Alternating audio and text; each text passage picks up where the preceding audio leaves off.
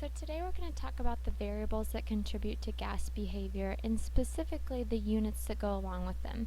So y'all had the chance to do a little tutorial in class in a simulated lab through PhET where you manipulated all of these variables, so they should look familiar to you. Let's start off with pressure. So we are going to use several units of pressure. By all means, not all of the units that are out there, but several common ones to chemistry we'll use in class, so we need to know how to go between them. So we'll use our conversion skills between the units. So our first is atmospheres. When you write a unit in atmospheres, you can abbreviate it with ATMs. Pascals are kilopascals, and we know kilo is a prefix, right? So the conversion between those would just be like our conversions with prefixes. And we can abbreviate them with PA or KPA. Millimeters of mercury is mmHg. And then pounds per square inch, you probably have heard that before, it's PSI. So when we're converting between them, right, you'll see at the bottom of the screen that just popped up one really long conversion factor that says 1 atmosphere equals 101,300 pascals and 101,300 pascals equals 101.3 kilopascals. 101.3 kilopascals equals 760 millimeters of mercury. And 760 millimeters mercury equals 14.7 psi.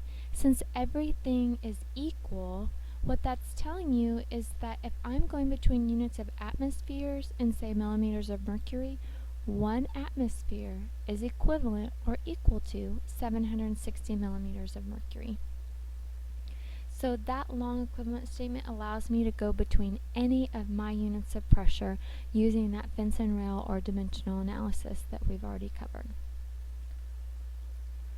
Pressure is related to the frequency of collisions between particles and the walls of their containers. So y'all saw in the simulation that the particles were bouncing all around, they were hitting each other, they were hitting their walls. Those collisions, right, are what is resulting in pressure. Pressure is the force per area, right? We saw that when we were with the unit of pounds per square inch, right? Force per area. So I have force in those collisions in the area that they're striking on.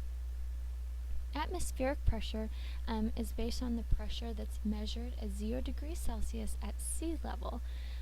So y'all probably know, right, if you vacation in the mountains, as you go up, right, your pressure's changed. And if you cook when you're on vacation there, it affects baking and boiling pasta and those kinds of things. And you'll see more why that is the case in this unit. So if I want to convert 98,234 pascals into kilopascals, I can use my conversion factor that I saw on the last page.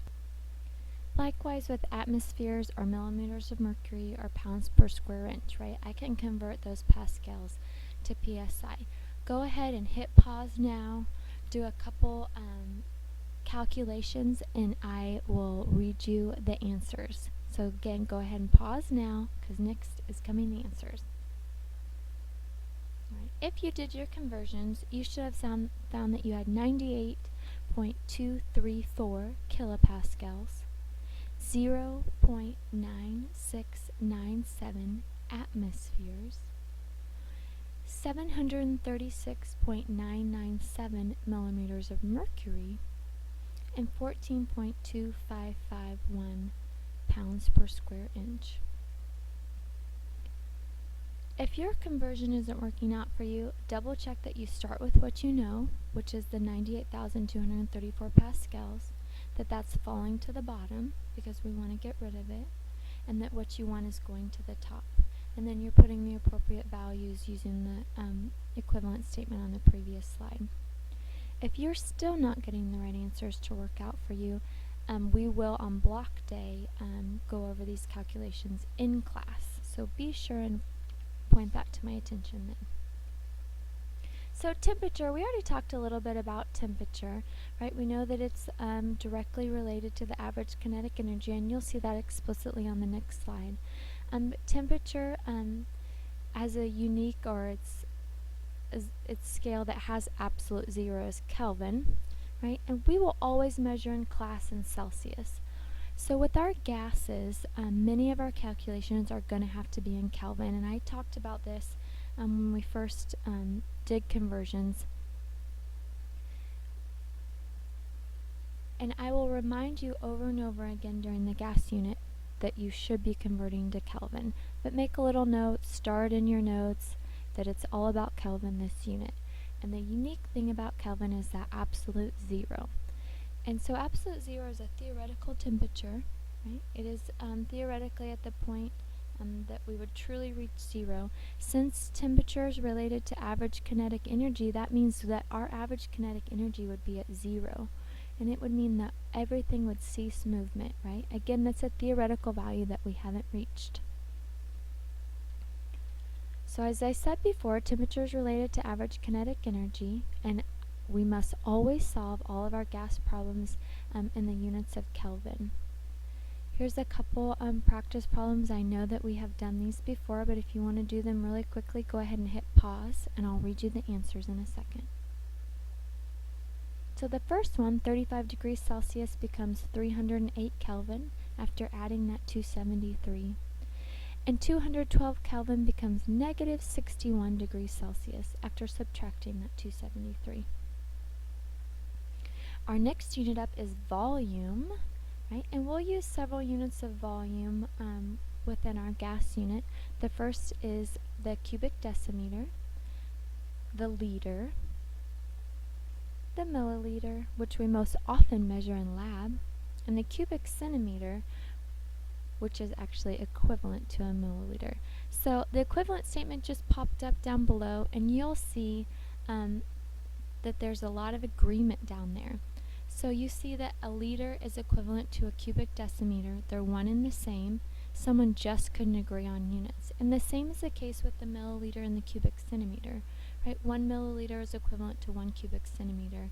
And although you see the values of 1,000 down there, right, they're both 1,000, so they're 1 to 1. So really the only relationship that you're going to have to learn on this slide, that it's 1,000 to 1, right? And that goes with our prefixes, right? 1,000 milliliters in a liter. So if we can keep in mind that relationship between the cubic decimeter and the liter, and the milliliter and the cubic centimeter, converting in volume should be pretty easy, hopefully. So volume relates to the amount of space that any matter occupies, and remember that gases occupy whatever container they're in. So the volume of the container in this unit is often what we'll be calculating when we're talking about volume. So here's a quick conversion practice for you. Hopefully the first one you can do in your head, right? Because we just said that the cubic decimeter and the liter are equivalent. But again, go ahead if you want to do a quick calculation. I will read you the answers in just a moment. Right, so as I said before, the liter, it would be 33.2 liters because it's equivalent to the cubic decimeter. You'd have 33,200 milliliters and 33,200 cubic centimeters. Our variable for amount is moles, right? And we've just been introducing these magical moles. They're abbreviated with N, which may be new to you, and they're related to molar mass of a substance. If you have 23.5 grams of water, how many moles do we have? And you guys have just been practicing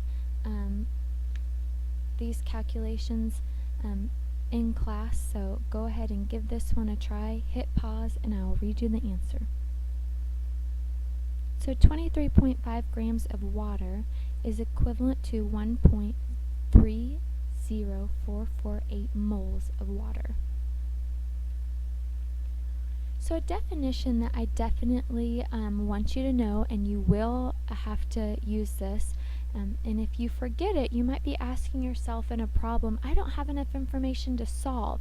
Because in a problem statement, if it ever says that standard temperature, standard pressure, STP could be worded in any of those ways, it is implying or giving you the information that it is at 1 atmosphere or equivalent, and it's at 0 degrees Celsius or equivalent. So I say or equivalent because standard pressure is defined as 1 atmosphere, but remember back on our pressure slide, we know that 1 atmosphere is the same as 760 millimeters of mercury, or 14.7 psi. So if I'm doing my calculations in pounds per square inch and not atmospheres, I would just plug in that value. If it said standard pressure, I would plug in that 14.7 pounds per square inch. Same idea with temperature, right? Remember we do our calculations in Kelvin. Standard temperature is defined as 0 degrees Celsius, but I have to use units of Kelvin. So I'm going to plug in 273 anytime I say those units. So it just popped up, right? That's hidden. That's not supposed to be hidden information, right? It's supposed to be information, but don't let it fool you if it says STP or standard or pressure. Y'all have a good night. Remember, if you didn't get any of the values that I read you tonight as I worked them on the slide, please, when we do our worksheet on unit conversions for the units contribute to gas behavior, please take a second and pull me over so that I can help you.